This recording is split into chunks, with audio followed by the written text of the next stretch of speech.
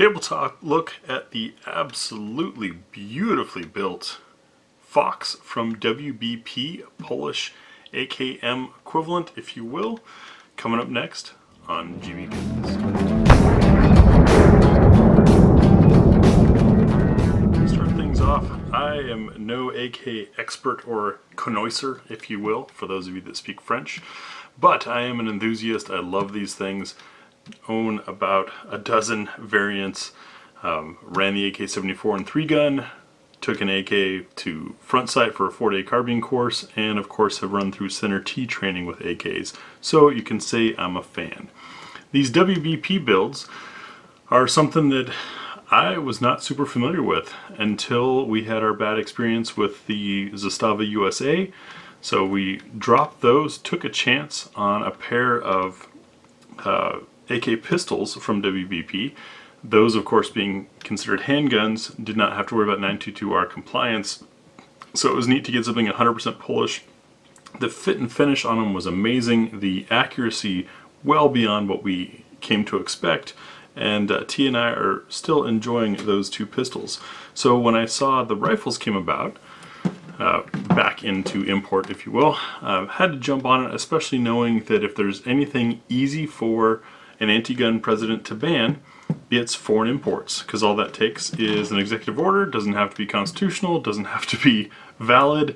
They can just sign a piece of paper and boom, they're gone. So grabbed this one from Atlantic Firearms and wanted to give you guys a look at it and hopefully help you understand why I appreciate these.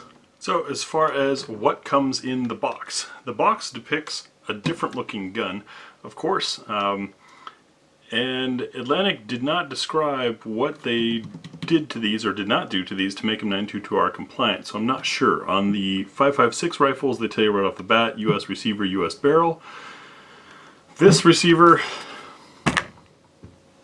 flip this around without beating up the camera, is marked as WBP. It's marked with Arms of America, which is their importer, and then underneath it's also marked with Atlantic, so I'm not sure.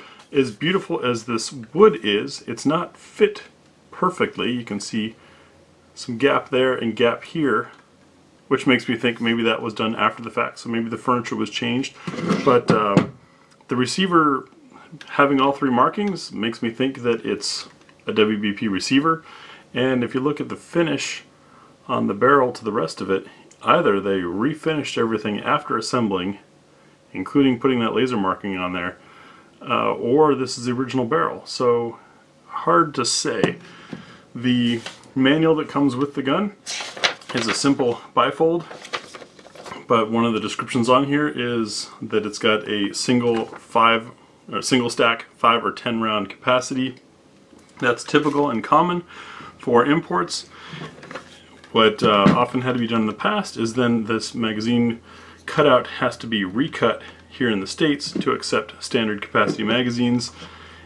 If that was done, it was done by somebody who really knows what they're doing, because this is a great fit with the included US Palm magazine. But we'll note the US Palm mag that comes with it is the, I guess you could say, range toy version versus hardcore version. Doesn't have the metal reinforcements. They still run and work just fine, but over time these mating surfaces do wear and you run risk of fitment issues causing over time, or if you like to jump out of trees and throw your rifles and do other crazy things while you're playing your war games on the weekends, you could break these tabs.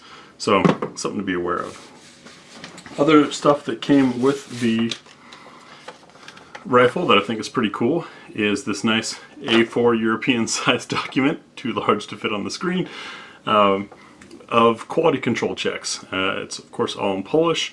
I can take some guesses at these from my own knowledge of Slavic languages, but I'm not going to do that aloud for fear of insulting the Poles. But you can see the pass here and the date. This one was tested in November of 2020, not too long before I purchased it, so rather fresh import, which would also mean that if any modifications were done to these, they were done rapidly. So good on Arms of America or Atlantic, whoever's doing that. And then also a WBP teaser brochure of their lineup I call it a teaser, of course, because not everything shown here is available in the US. But enough with the paperwork. Let's get to the actual rifle so I can show you why I was excited to get my hands on one of these.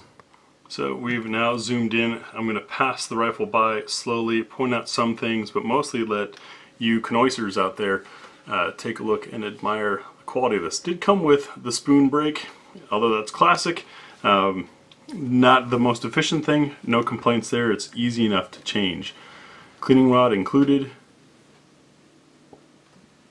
We can see it's the vented gas block style versus vented tube.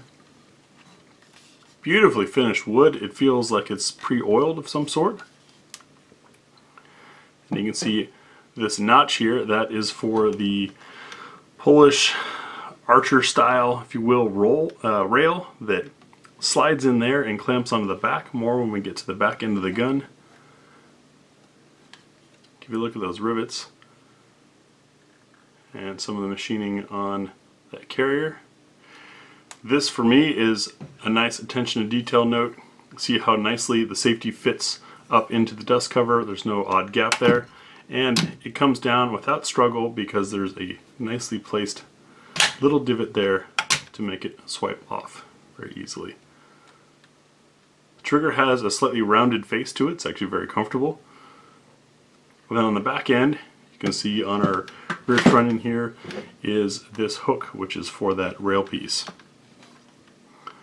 More of that handsome stock, and it does have the trapdoor for the cleaning kit. No cleaning kit in there, but still nice detail. Flipping over, more rivets, and you can see the rail. Really nice fit and finish. I mean, it's the kind of quality that makes you, it's like something you see in a museum and then you have doubt that it's a real gun because real guns aren't that nicely done.